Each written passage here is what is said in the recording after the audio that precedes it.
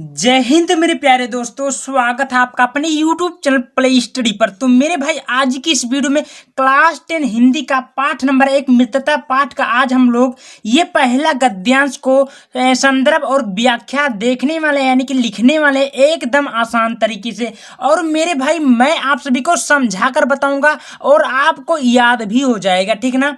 और ये गद्यांश आपके बोर्ड एग्जाम की दृष्टि से काफी ज्यादा इंपॉर्टेंट है, जो कि बोर्ड परीक्षा में ये 100% गारंटी है देखने को मिलेगा, ठीक ना। तो ये आप लोग तैयार करके जाना मेरे भाई, ठीक ना। इसको चलिए कैसे है क्या किस प्रकार आपका है मैं एक एक करके आप सभी को बताने का कोशिश करता हूं, ठीक ना। यहाँ पर देखिए बोला है कि दिए गए गद्यांश पर आधारित प्रश्नों को उत्तर दीजिए, ठीक ना। और इसका जीवन परिचय चाहिए तो मैं ऑलरेडी अपलोड कर चुका हूं, जाकर इसका जीवन परिचय देख लीजिएगा, यानी कि आचार्य रामचंद्र शुक्ल जी का। तो यहाँ पर आप लोग ध्यान पूर्वक देख सकते हैं क्या बोला है। दिए गए गद्यांश पर आधारित प्रश्नों को उत्तर दीजिए, ठीक ना। सबसे पहले आपके सामने बोल रहा है कि का हम लोग कच्ची मिट्टी के मूर्ति के समान रहते हैं, जिसे जो जिस रूप का चाहे उस रूप का कर दे, चाहे राक्षस बनावे चाहे देवता। ऐसे लोगों का साथ करना हमारे लिए बुरा है, जो हमसे अधिक दृढ़ संकल्प के हैं, क्योंकि हमें उनकी हर बात बिना विरोध के मान लेनी पड़ती है। यहाँ से लेकर यहाँ तक आपको इसका व्याख्या करना रहता है, संदर्भ लिखना रहता है, जो कि आपका क्या नंबर देगा मेरे भाई, 8 नंबर देता है। 8 नंबर या 6 नंबर देता है, ठीक ना। इसमें 6 नंबर आपको मिलेगा। और दूसरी बात, अब इसमें आपको कहाँ से बहुत सारे बच्चे कंफ्यूज रहते हैं मेरे भाई कि सर हम कहाँ से कहाँ तक इसका व्याख्या करेंगे।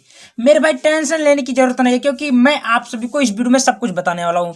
तो यहाँ पर देखेंगे हम लोग, पहले लिखेंगे हम लोग कच्ची मिट्टी, ठीक है। पहले लिखेंगे हम लोग, संकेत में लिखेंगे हम लोग कच्ची मिट्टी, ठीक है। डट डट करके लेकर आएंगे, मान लेनी पड़ती है, ठीक है। यहाँ तक है। अब आपको कुछ करना है, सबसे पहले उपयुक्त गद्यांश व संदर्भ लिखिए, ठीक ना। तो संदर्भ कैसे लिखना होगा चलिए मैं आप सभी को बताने का कोशिश करूंगा। और यहाँ पर देखिए एक क्वेश्चन भी बोला है, तो सबसे पहले संदर्भ बोला, संदर्भ कैसे लिखना होगा चलिए आपके सामने मैं लिखकर बताने का कोशिश करता हूँ, ठीक ना। देखिए ये कॉपी में हमने बनाया खूब बढ़िया तरीके से नोट आप सभी के लिए कि बढ़िया से देखने मिलेगी, ठीक ना। यहाँ पर आपके सामने, यहाँ पर देखिए पाठ नंबर 1 आपके सामने दिख ही रहा होगा, मित्रता, ठीक है। यहाँ पर देखेंगे। अब सबसे पहले आपको लिखना हम लोग कच्ची मिट्टी, डट डट करके लेने हैं कि मान लेनी पड़ती है। यहाँ तक किसी को कोई समस्या मेरे भाई नहीं होगा। और दूसरी बात, अब आपको काले पेन से डालना होगा हेडिंग संदर्भ। कैसे लिखना होगा देखिए बहुत आसान तरीके से बताऊंगा, और इस प्रकार आप लोग लिखकर आसानी से नंबर ला सकते हैं। लिखना कि प्रस्तुत गद्यांश हमारे पाठ्य पुस्तक हिंदी के गद्य खंड में संकलित, पाठ का क्या नाम है मेरे भाई, मित्रता, ठीक है। मित्रता कर दीजिएगा, नामक पाठ से लिया गया है, ठीक है। इसके जो लेखक कौन हो भाई, आचार्य रामचंद्र शुक्ल जी है। क्लियर हुआ, 2 नंबर आपका यहीं से बन गया, ठीक है। आगे के सामने आपको यहाँ तक जो हुआ था फाइनल हो गया। और उसके बाद आपके सामने यहाँ पर देखिए बोला है दूसरा, रेखांकित अंश की व्याख्या कीजिए। तो इसका व्याख्या कैसे करना है चलिए हम लोग आज की इस वीडियो में देखेंगे। तो व्याख्या कैसे करना है, तो सबसे पहले यहाँ पर आपके सामने दिख रहा होगा, ध्यान से देखेंगे, रेखांकित अंश की व्याख्या, ठीक है। ध्यान से लिखेंगे कि आचार्य रामचंद्र शुक्ल जी, मैं थोड़ा जूम कर देता हूँ, थोड़ा अच्छा दिखेगा, ठीक है।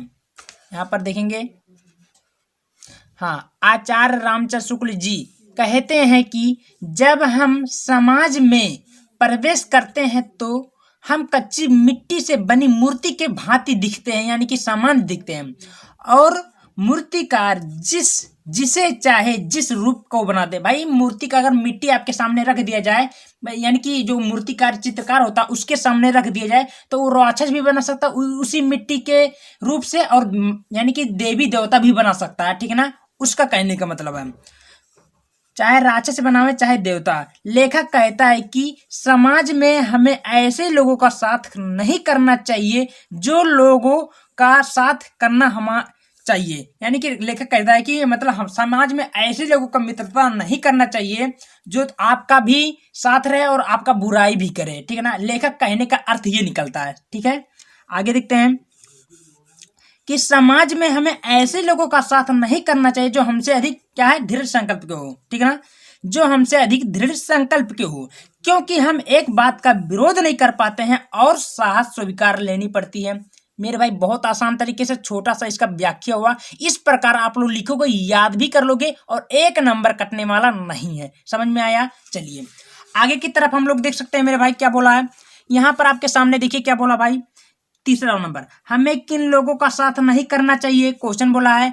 तो उत्तर में कैसे लिखना होगा चलिए आपको बताता हूं। और नीचे आपके सामने दिया अथवा करके, यानी कि देखा जाए तो मेरे भाई यहाँ पर इसका और इसका आंसर जो रहेगा एक ही रहेगा, ठीक है। अथवा करके देता है, चाहे इसका लिखिए हमें किन लोगों का साथ नहीं करना चाहिए, फिर बोला किन लोगों की संगत करना हमारे लिए बुरा है, ठीक है। तो दोनों का आंसर सेम ही सेम होना चाहिए। चलिए इसको मैं आंसर बताता हूं। तो यहाँ पर आपके सामने दिख रहा होगा, ध्यान से देखेंगे क्या बोला है। प्रश्नोत्तर नंबर देखिए एक, हमें किन लोगों का साथ नहीं करना चाहिए। तो आंसर में आप लोग लिखिए हमें ऐसे लोगों का साथ नहीं करना चाहिए जो हमसे अधिक दृढ़ संकल्प के हों, ठीक है। ऐसे लोगों का साथ हमें नहीं करना चाहिए, ठीक है। ये सटीक से आपका उत्तर होता है, व्याख्या का प्रश्नों का उत्तर होता है। और मेरे भाई अगर आप लोगों का अगले गद्यांश का यानी कि इसका गद्यांश का व्याख्या चाहिए तो वीडियो को लाइक, चैनल को सब्सक्राइब कर लीजिएगा। इस चैनल पर मैं अपलोड कर चुका हूँ, नेक्स्ट वीडियो आपका इसी पे मिलेगा। तो वीडियो को ज्यादा शेयर करें। बहुत बहुत धन्यवाद।